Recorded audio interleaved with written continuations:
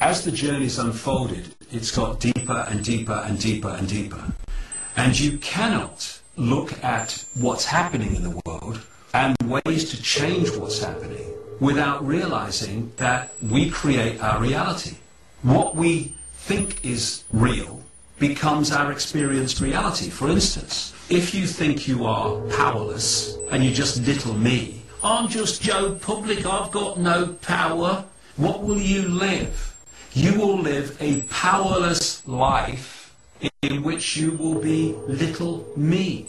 But little me does not exist except in your perception of reality. And the whole idea is to persuade humanity from cradle to grave that they have no power and events in their lives are random and they're just bad luck and good luck, and they should hand their power to the people in authority because they know best. We have 6 billion people on this planet, so they tell me, I don't know who's bloody counted them, that are overwhelmingly not conscious. They are what I call body conscious. They're 5 sense conscious. They're conscious of the 5 senses. They're not conscious of much greater, deeper, more wise and knowledgeable levels of consciousness, which is what they really are. And what is happening now is people are waking up. People talk about, I suddenly woke up and I could see it. Well, what is this waking up? It's the point where these people cease to be only body conscious, 5 sense conscious. Can I see it, touch it, hear it, taste it, smell it? Oh, it exists then. To becoming multidimensionally conscious, if you like, to access greater amounts of their infinite consciousness and to change their point of observation of this world. When people say to me, I don't understand it, it's so obvious now I can see it, why didn't I see it before? Because you were body conscious. You weren't conscious in the terms that I'm talking about. It's similar to being in a little room and there's a door in the room and everyone's sitting in the room, you're born in the room, and they're all telling you that this room is all there is. And this is the world, and this is the limit of possibility, this is the limit of what you are. And every time you go towards the door, they go, oh no, you can't go through that door. What will the Pope say? What will the Bishop say? What will the Rabbi say? What will your mother say? What about the people at work? Oh my goodness, you can't go through that door. And then eventually you do go through the door. And you open it and you walk through and you realize, hey, that little room is not all there is. It's not who I am. And you walk down the corridor and you walk across the courtyard and you walk out the gate and you walk up the hill and you turn around and you look back. And what you see is vast walls with broken glass and barbed wire across the top and guards parading up and down the battlements. And you see the little building. And inside the little building is the little room that you spent your whole life believing was the limit of possibility and the limit of what you are. And that's where the elite want you to be, because when you are 5 sense conscious, they got you, because they're manipulating the 5 sense world. When you expand your consciousness by removing preconceived ideas and programmed beliefs and just start with another blank sheet of paper, you symbolically walk to the top of that hill and you look back and you go, my God, I can see it now. Because if we remain 5 sense conscious, we can forget it.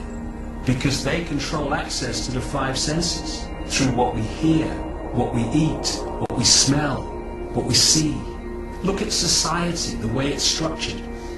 It's all structured to entice and entrap the 5 senses and hold us staring in that headlights of that oncoming train. But when you move away from preconceived ideas and preconceived beliefs and what the bloody bishop tells you, what your mother tells you, what the professor at university tells you, and you start to think for yourself with a blank sheet of paper, then you can start to see the world in a different way. And amazing things happen. I know, I've experienced them for 20 years. I know other people have experienced them. Suddenly, when you put out the intent, I want to make a contribution to bringing an end to this fascism and having a world of freedom. What happens, because we are electromagnetic beings on this level, we are putting out that intent. And that intent locks into other magnetic energy fields that we call people, places, experiences. And we draw those people to us. And we call it synchronicity. We call it, what a coincidence. I think like this, I want to do that. And you come into my life and you think like that and you want to do the same.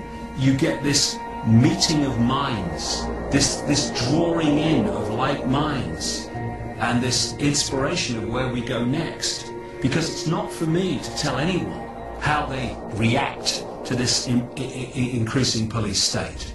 We are drowning in people telling others what they should do, what they should think, how they should react to this. We don't want any more of that.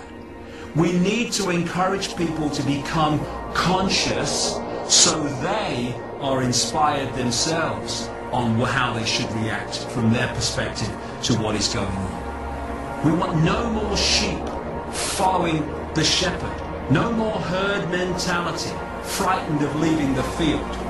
We need people to become conscious in themselves and for them to make their decisions on what they do and how they react to this situation we're talking about. Because if that doesn't happen, forget it. Because I tell you, you may not like it, it's just my view. There are large numbers of conspiracy researchers who are not conscious, they're body conscious.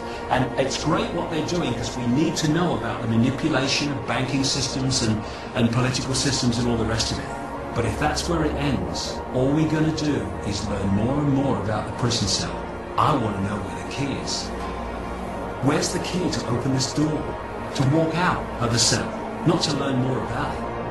And the only way to find that key is by becoming conscious. To start to access higher levels of consciousness so that we can perceive the world from a much higher perspective of knowledge, understanding and wisdom, and have the inspiration of how we react and respond to the situations that we face with the gathering police state. If we don't become conscious, then forget it, it's all over. Fortunately, vast numbers of people are going through that process, and it's that is going to bring the house of cards down. Not marching in the streets with banners, not stockpiling weapons, people becoming conscious, and not only that, having then the courage to act upon the situations they face without fear of the consequences. Because there are no consequences. We are infinite consciousness. We live forever. There are no consequences. So we leave this world a little bit early, trying to do what we believe is right. I'm terrified. That's the attitude. That's the point of perspective that's got to bring this down. And I think it's going to, frankly, and quicker than people think.